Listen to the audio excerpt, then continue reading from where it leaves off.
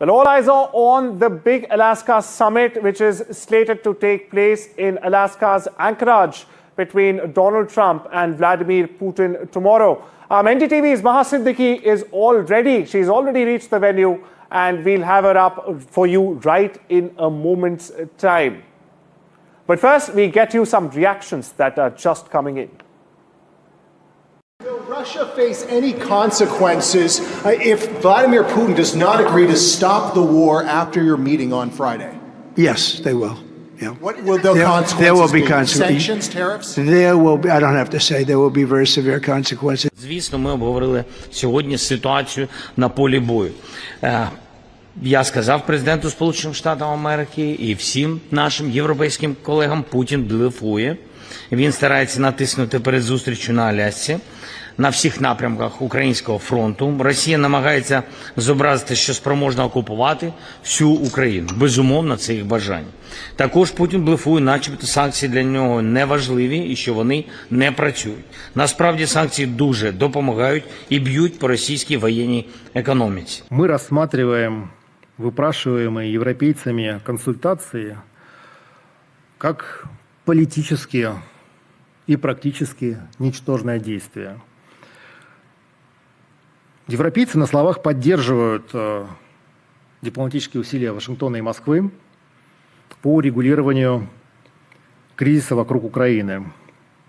Фактически же Евросоюз их саботирует. L'échange avec le président Trump a permis d'éclairer ses intentions pour la réunion du 15 août prochain et nous a permis d'exprimer très clairement nos attentes et je tiens ici à l'en remercier. Et je crois pouvoir dire que plusieurs messages sont ressortis de l'échange que nous venons d'avoir et qui sont à mes yeux très importants. Le premier, c'est que le président Trump a été très clair sur le fait que la volonté américaine était d'obtenir un cessez-le-feu à l'occasion de cette réunion en Alaska.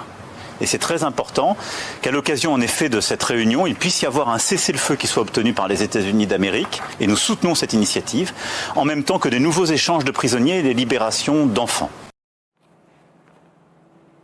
My colleague Maha Siddiqui now joins us straight from Anchorage. There you are, Maha. I hope you had a safe journey. What's the anticipation around this entire meet? We heard another statement, another blistering statement coming in from Donald Trump, effectively warning Putin to end the war tomorrow. What's the anticipation? What's the build-up? And more importantly, have you been able to decipher where exactly is this meeting taking place in Anchorage? So let me start with your second part of your question. The meeting is going to take place at the joint base, Elmendorf-Richardson. This is a U.S. military base that has personnel from the Army, the Air Force, the Navy, and Guardsmen as well.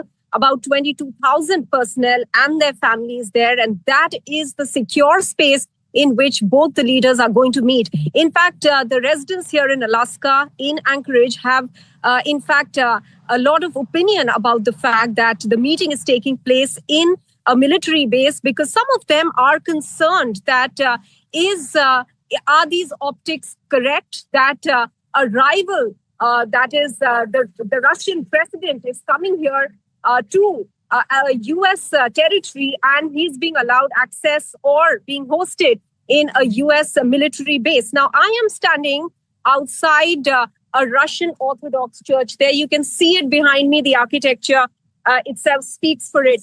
This is one of the few Russian Orthodox church, a reminder of the shared history between Russia and the United States in Alaska.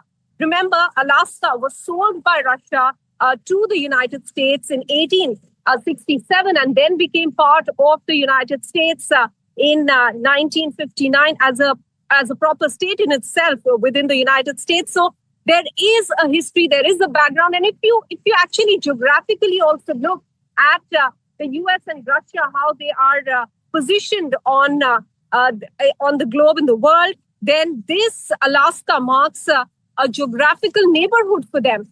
Because both the countries are separated only by the Bering Strait.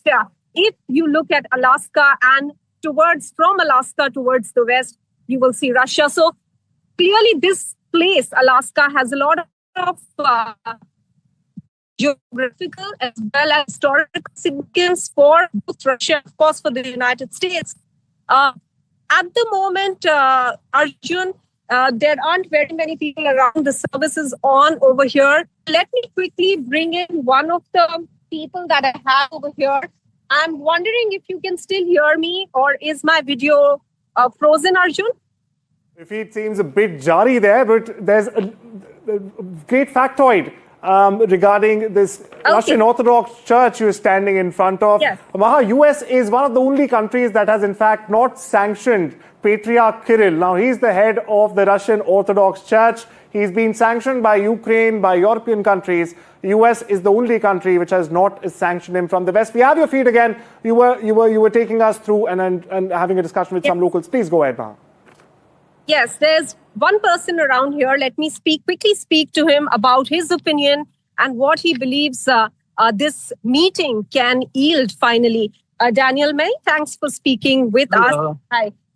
The question that I really want to ask you at this stage is about Alaska being the place for the meeting, for a very important meeting, Daniel.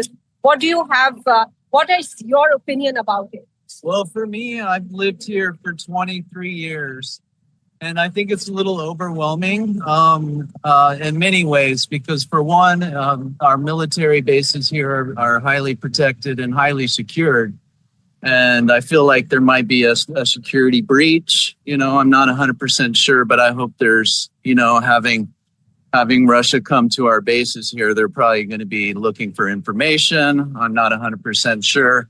But I also feel as if it's probably the best bet, due to the fact that Anchorage is small and very overwhelming. It would be a little bit too much for the city, and also maybe cause chaos for them as well as world leaders. I don't think they would be at danger because they're highly secured, but at the same time, I think it's a little overwhelming for Anchorage and Alaska in a whole. You know, as a person from Alaska, were you surprised that this was chosen as a venue, or do you think that the kind of shared history Russia and the US have, also the fact that Russian President Vladimir Putin has a ruling from the International Criminal Court, and he's protected on US territory to a large extent, and that's why European countries couldn't be chosen as a venue. Looking at all that, what are your views? I understand that you have concerns with regards to the joint military base being used for the meeting, but as you said, perhaps there was no other venue which would have been so secure for a high-profile, high-stakes meeting. Well, you know, I think with how close we are to Russia, I think at one point we're like 412 miles from Russia, not here in Anchorage, but in other parts of Alaska. So I think it probably worked best for them to meet here. And, you know, as long as they can get something resolved peacefully would be great. Because that's another concern that I have and other citizens have as well, too. You know, what if things get rough and go south, which we definitely hope not. But it's a small community here, and just don't want anything to disrupt our peace. Got it. Right, Daniel. Thanks for joining us with your views. Very articulate there, and you're expressing sentiments that a lot of people here have. Thank you very much for speaking with NDTV. So there you have it, the concerns expressed by the people here, but they're also hopeful, Arjun, that this can be a place where which can bring an end to the Ukraine war.